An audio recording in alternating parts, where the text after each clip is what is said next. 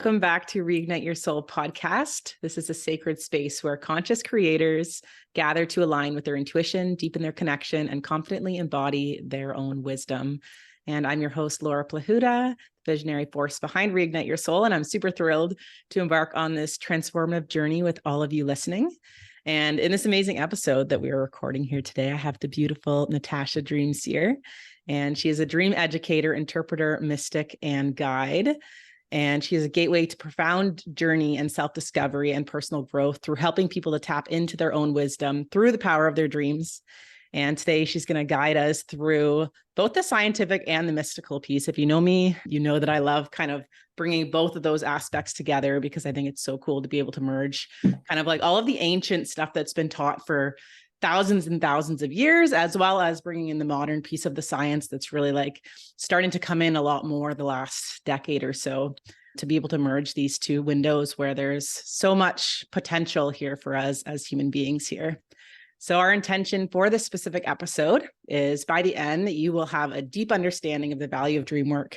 We really aim to inspire curiosity within you, where you can begin to understand the profound power and insights available from your dreams, encouraging you to step more fully into the life that you dream of and unlocking your untapped potential. So thank you so much for being here, Natasha. Thank you for having me. I'm so excited. Yeah. I know, me too. So if you're open to it, would you mind sharing a little bit more about your background and what inspired you to get into the dream work?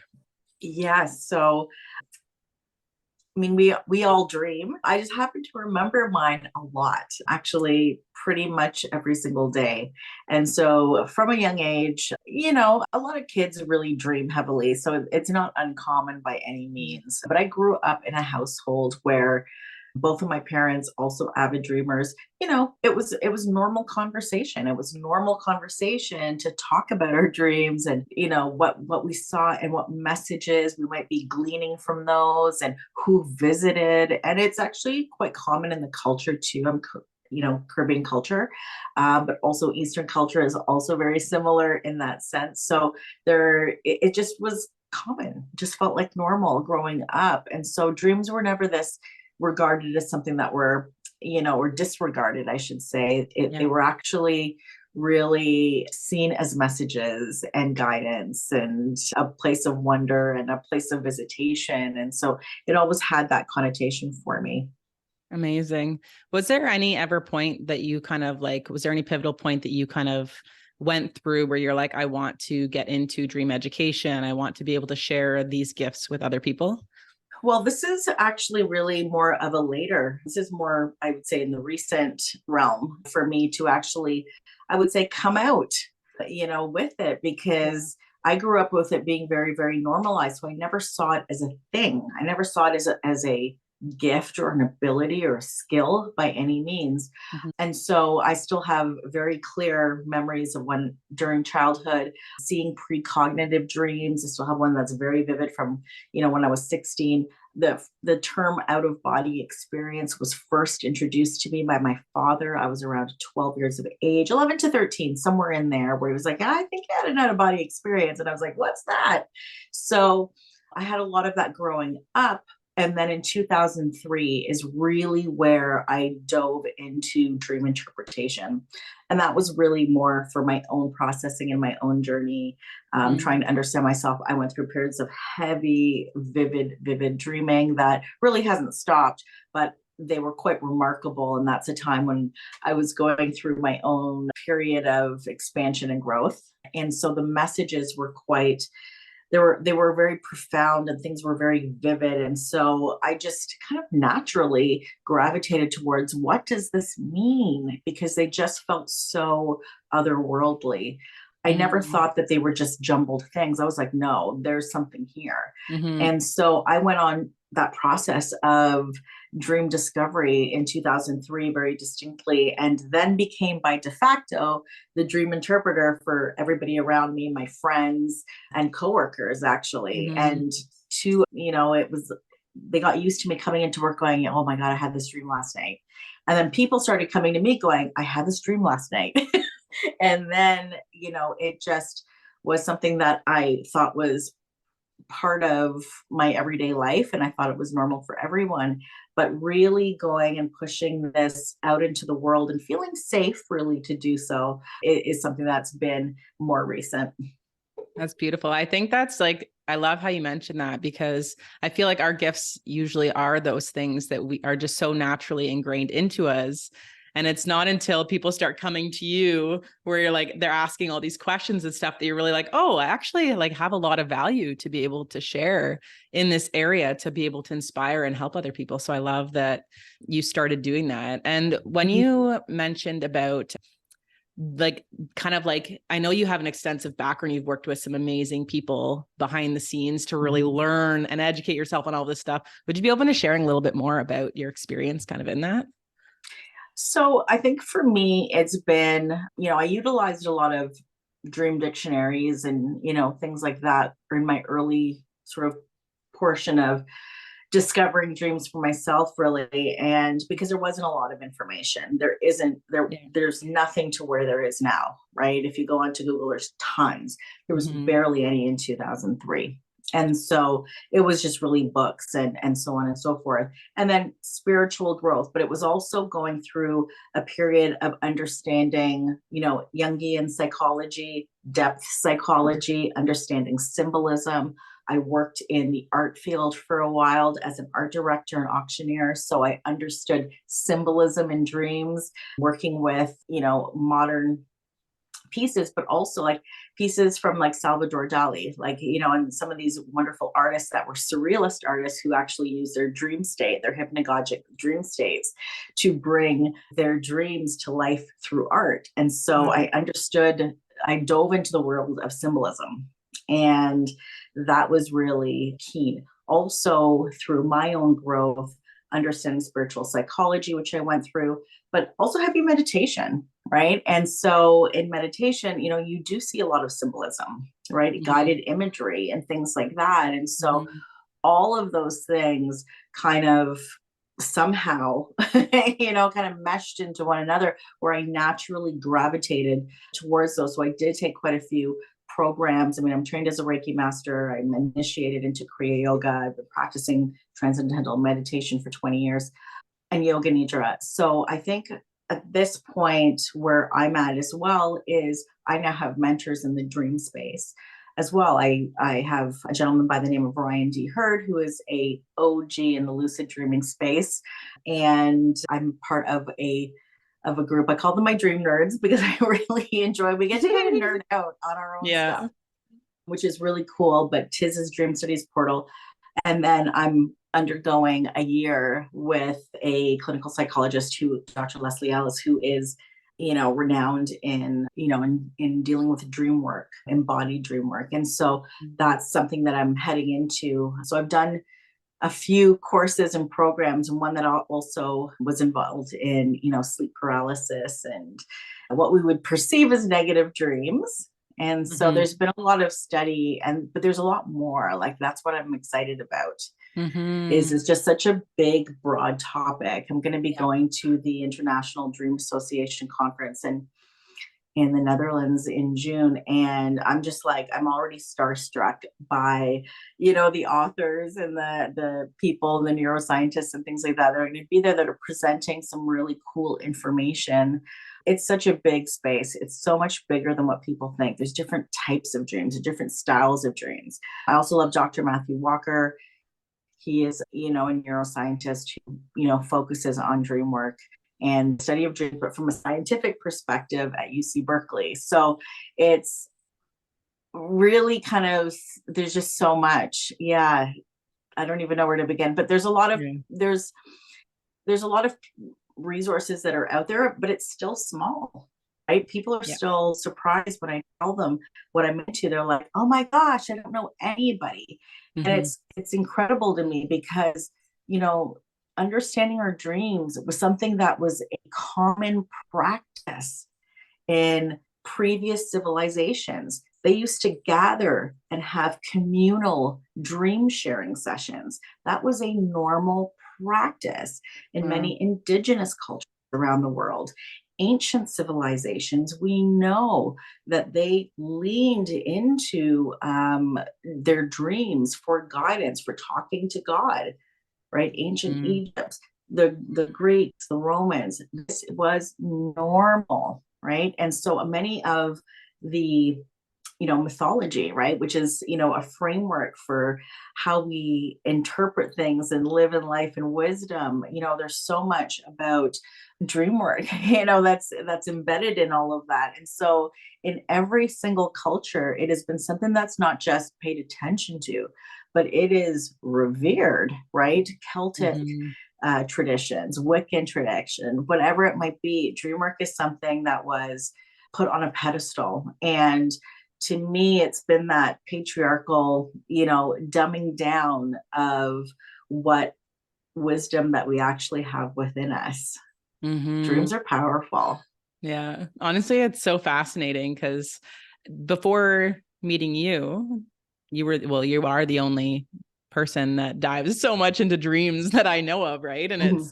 it really is like it's such a vast, broad type thing. And I absolutely love that you're going to that conference as well. It's going to be so Yeah. exciting. Yeah. I'm curious to know, like, from your perspective, like, how do you feel like if it was so kind of like revered in all of these ancient cultures, where do you feel like the kind of the cutoff was from modern day society, where we've kind of lost some of this ancient wisdom? And I know it is starting to come back through again now, and I'm very grateful to have you on here to be able to start sharing it a little bit more. But where do you feel that kind of got cut off? You know, Great question. I think it's where all of our faculties, kind of got cut off. I think it was, I don't have a clear answer because Mm-hmm. even in biblical times, right? The Bible, it talks a lot about, for example, Joseph and the story of Joseph. And he was somebody that interpreted dreams, right? So dreams were very important during that time in Mm-hmm. Hindu culture, right? We know that dreaming and that mystical component at Tibetan Buddhism, perfect example. They have dream yoga, which has now been in practice since the 11th and 12th century. Mm-hmm. So, Western culture, I really don't know when it happened. I mean, mysticism in general, I think it was really when you had in that 1800 period when people started to come out of and teaching different things, something called theosophy by a woman named Madame Blavatsky, right? So it was kind of like there were these, thought leaders that were coming out during Mm-hmm. the turn of the century. And suddenly there was this movement during the Industrial Revolution to really shunt that growth. And Mm-hmm. then there was this sort of fighting. So my reflection would seem that it would be in and around that period, but I Mm-hmm. don't know. I'm not a historian. It's Yeah. just that it makes sense to me because a lot of, when we see Edgar Cayce in terms of astrology, when we see all of these different thought leaders that were coming out at that time, there was a revolution that was coming out at that time. Artists who were very, out there. I mentioned Salvador Dali, but there's also Juan Miró. So many of them, they had this, very strong position.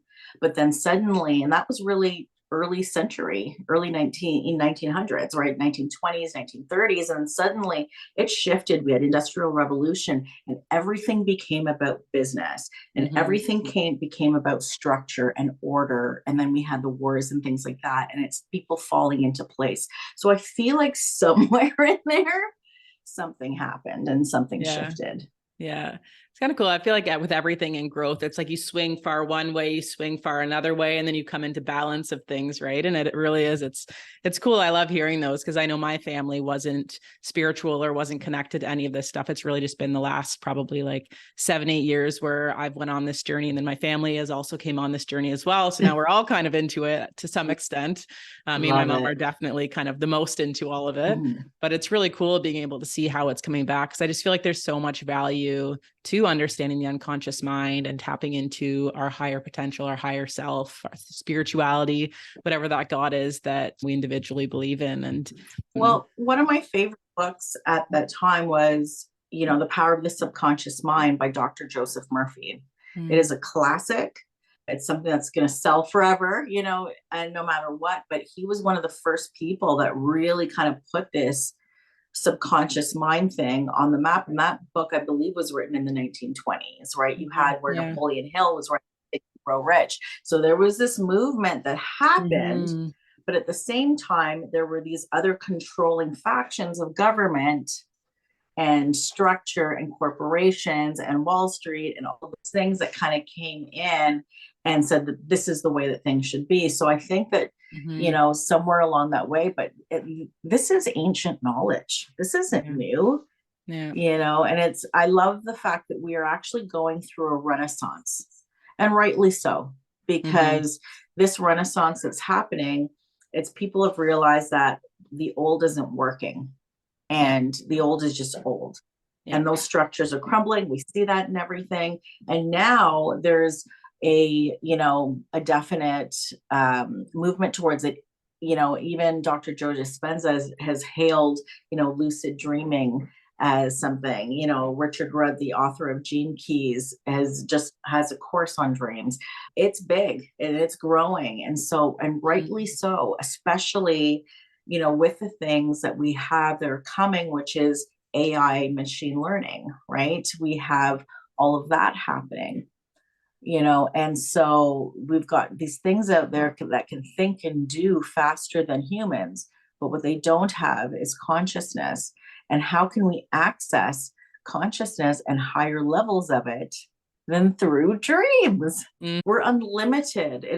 We're boundless in that realm. So this is why this is the right time. And to answer a previous question, I feel like I'm summoned. This is the time. It's like I've been called up. Yeah. Right. So here we are. I believe you have 100%. Yes. And it's interesting too, like I know with my background being in health, like being a paramedic and seeing kind of like the health system that we have is not working in a lot of ways. How do you see that dream work and all of this amazing stuff that you're diving into can be a solution for people? Well, there's a ton of studies right now, and especially they're doing a lot of things with, lucid dreaming and vivid dreaming generally. But, so right now there's a thing happening with a lot of utilizing plant medicines and so forth for treating PTSD and other types of clinical conditions. But not everybody may be comfortable with that. And not everybody's looking for a one-off. It's like, what can we have as a daily practice or a weekly practice? What is something that's available to us all the time? And dreams are. And dreams, it's, Freud said the royal road to the unconscious, right? And Dr. Gabor Mate had recently talked about that. It is a royal road. And so do you in these times with this? Well, people that are having nightmares, right? If you're having a so-called negative dream, in the dream world or through the dream space, there's no such thing as a negative dream, because your dreams are always pointing you to a better place. So when you're having a perceived negative dream, it is because it's alerting something. It's telling you something. It's saying, hey, something's going on. Maybe you should examine this, right? So where somebody's going through periods of anxiety, right? And then they're getting these sort of darker, grim kind of dreams. Well, it's really a reflection and saying, hey, this is going on. Now it's up to you, the individual, to say, what can I do about this? What is this information? Now what am I going to do? But it's always pointing you towards a better path for yourself. So absolutely paying attention. Dream work is being included in a lot of clinical practices now, because especially for somebody who may have suicidal ideation, there have been studies that have shown that there is a massive uptick in their dreaming, right? So they're having unsettling dreaming or dreaming where it's very dark. So in a clinical, environment, this could be a very key question for a practitioner to ask is, how are your dreams? And that could really give them a window insight to their patient and to what's going on. I have a saying for myself, which is, tell me your dreams and I'll tell you where you're at. Right. And so they're very profound. So to not actually include them, I think is a huge disservice, actually. Yeah. Because just as in life, right? We don't take action when things are going well. Why? Because things are going well. We pay attention when things are not going well, Yeah. right? Yeah. And so suddenly we remember these odd dreams that we're having, you know? So it's a telltale sign. So including that as part of it in somebody's therapeutic practice, I think is key. Mhm. And as well, it's it's something that I think in any kind of a practice, right? So, if somebody's wanting to change, let's say, a behavior, right? They want to stop smoking, or let's say they might be somebody in a business environment where they feel like they're constantly, saying yes to everybody and being stomped on, right? You can actually use your dreams, and it's called dreaming the dream forward, to actually reenact and of how you would want to change that narrative, right? Lucid dreaming has been studied for that, right? So and lucid dreaming, so that you're reenacting a scene, but you get to choose the ending because you're in control in that lucid dream. So dream work is being utilized for that. There was a big study that in the UK for PTSD with the army, and a guy who is a big time lucid dreaming expert, Charlie Morley, heavily involved with that. And so again, they're able to utilize their dreams and program, actually, and this is where hypnosis and things like that and subconscious and repatterning, they kind of mesh together, and so these worlds collide. And utilizing dream work to be able to do that, huge therapeutic benefits that will work alongside one-off types of things, right? If somebody's going to a particular plant medicine type of a ceremony or some other type of ceremony, this is something that can be more of a daily, more of a weekly practice to be able to just simply tune in. Wow, incredible. Do you have any specific practices that you do on a daily basis that maybe the people listening could start implementing to kind of start tapping into a little bit of the magic that their dreams hold for them? So yes and no, because it's so normal for me that I'm like, what do I do? But yeah. dreams 101, dream intuition 101. So for somebody that is, someone has said to me, I never dream. Well, number one, embrace the fact that everybody dreams. You just don't remember them or recall them in that short window of time. The key is to actually be prepared. So have a pen and paper, close to where you can reach it without shifting your body too much. Yeah. And the reason for that is the minute you start moving, you kind of you snap out of the dream, right? So you actually shift your ability to remember the dream. If you kind of hold your position, you can extend it for a little bit longer. It's a technique that actually works, and I do it quite a bit. I can actually extend a dream several times, getting up, falling back, and holding my position. Even when I get up for an early morning bathroom break, I go back into the same position and then fall back into it. The other day, I fell back into it like 4 times, and I was like, enough. Yeah, enough. Like, I love being in that I got state. things to do today. Yeah. But so having that so that you can capture it quickly. So the key is to capture it quickly. Prior to that, though, if you're like, hey, I never see anything, then set the intention. Set the intention. So you're doing automatic suggestion, you're doing, intention setting. If you're journaling, in the evening, it's part of dream incubation. You want to kind of set the stage. So practicing proper sleep hygiene, making sure your environment is, conducive to a good night's sleep, but also what you're watching prior, that sort of thing. Maybe pay attention to that a little bit. Maybe, watch what you're watching, but for 5 minutes prior, do some journal exercises or write down an intention for the evening. What I like to do is I love listening to binaural beats. So even for 5 minutes of listening to binaural, pop that in, and I just visualize what I want to call in. If it's a problem that I want to solve, I'm asking or praying, saying it as part of my prayer, but I'm setting that right before I go to sleep. There's a Mhm. beautiful space between wakefulness and right when you drift off, when you're about to head into that, you're in that delta theta phase. And it's like, phew, that is a very potent time frame. And that's also equally potent upon waking, that space, so Mhm. of time when somebody's about to wake to set that intention. But I recently had somebody who we did automatic suggestion, and just by saying, when I sleep, I'll remember my dreams. When I wake up, I'm going to remember my dreams. It was just like, Mhm. when I dream, I will remember them. Right. And it's Mhm. just a quick line where you're prompting, and it will come. And if not, you can add some other things.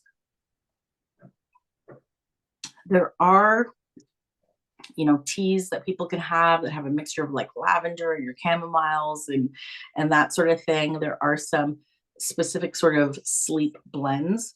I prefer diffusing essential oils. So for me, lavender is my best friend, and it's a good night's sleep for me. Yeah.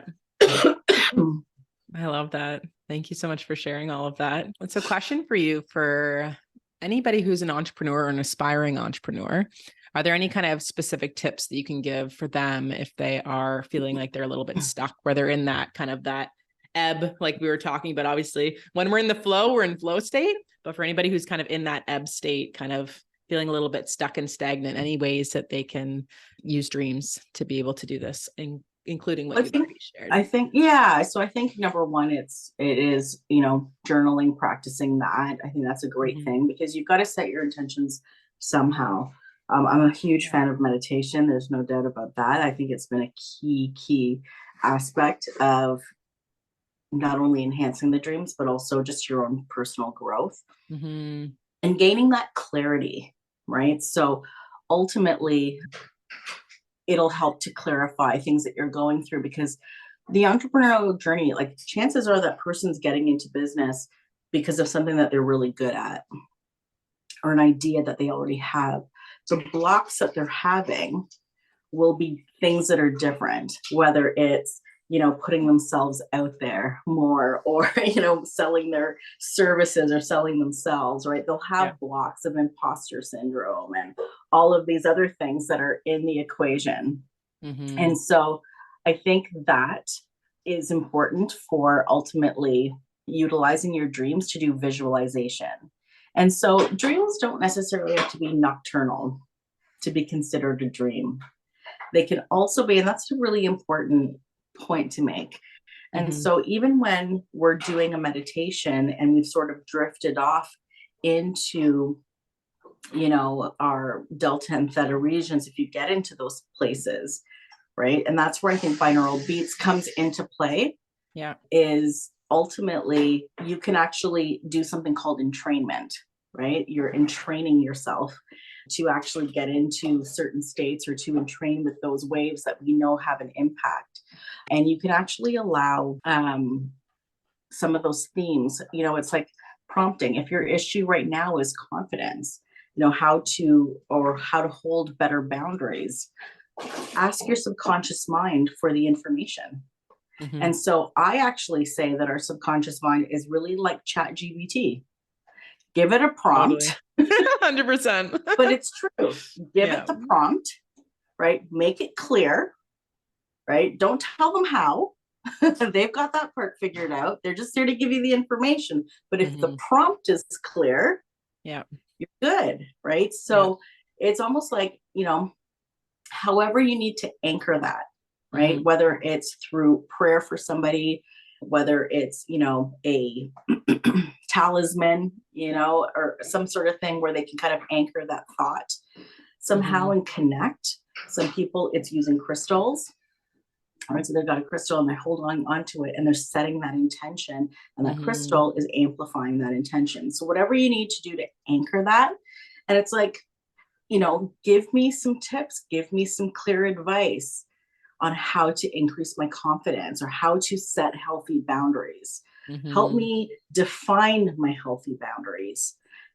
Give it the prompt and trust that there's a bigger wisdom at play Mhm. that's going to help unravel it, right? And so paying attention to that, and or doing that when you're about to drift off, doing a meditation, prompting, and then allowing yourself to get into that state, and then allowing that clarity to kind of that divine download to come through.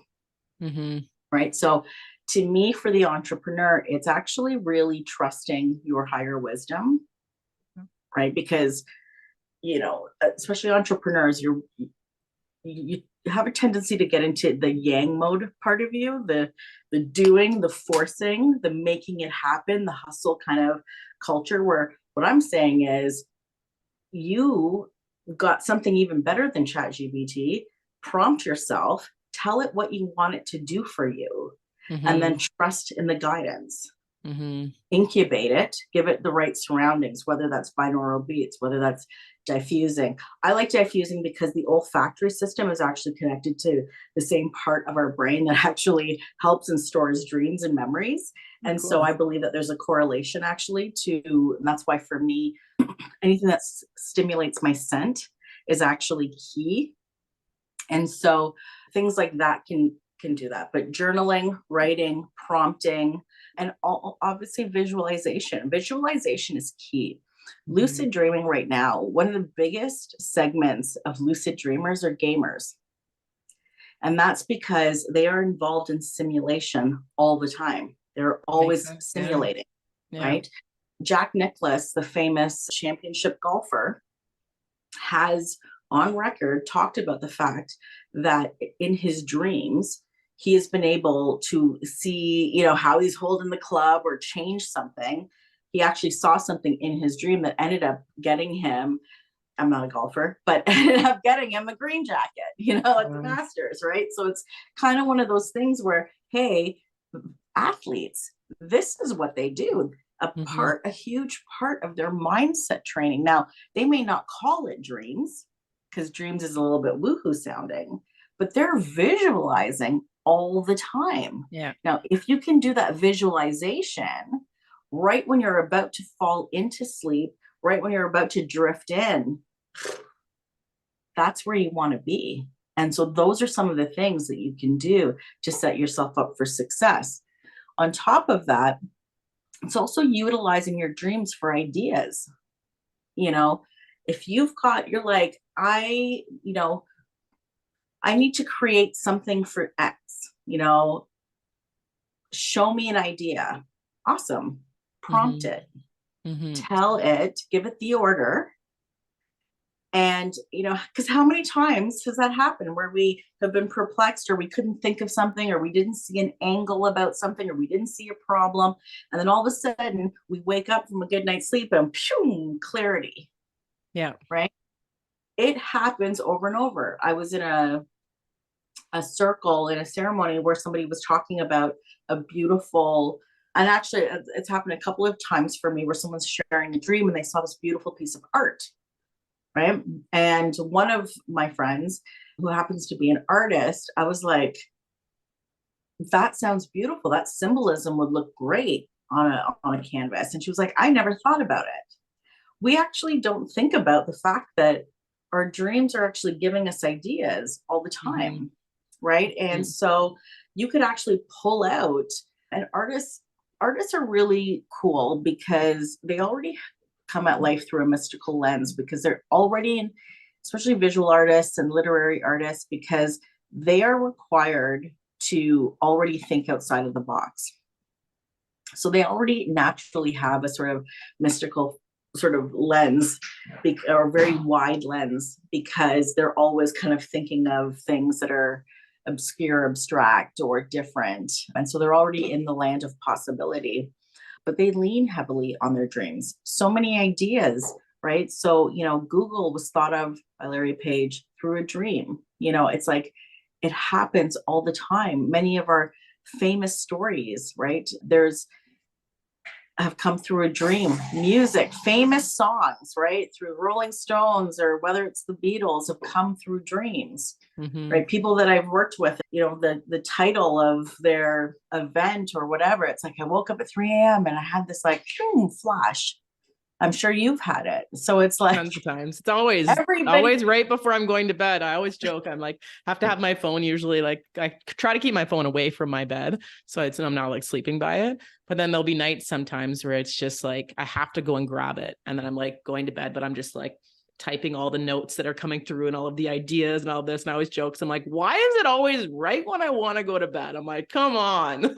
But that's just when I'm in that state to do it. And I love how you mentioned that about entrepreneurs too, because it really is like sometimes when we get into that hustle thing, or we still have those beliefs or those patterns around overworking and all of these pieces, it really does block that creativity because we get kind of tunnel visioned on one thing, whereas it really is, it's creating that state where we're in those specific brain waves in order to then access that higher wisdom and higher knowledge that we have. So I love how you kind of mentioned that in what you're doing, and also gave some tangible things that people can do to help them get into those states, because it really is so important to be able to kind of really bring our greatest selves forward when it comes to our businesses and creating the service and creating the impact that we want.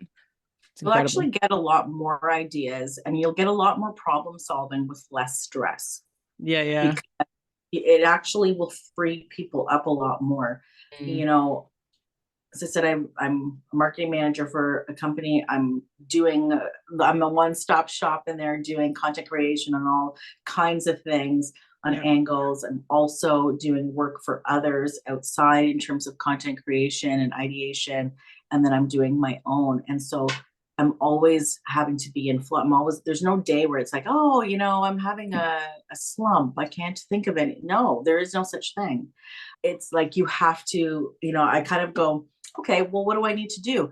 Maybe I need to go take a walk. Maybe I need to be by the trees. That's another great point, right?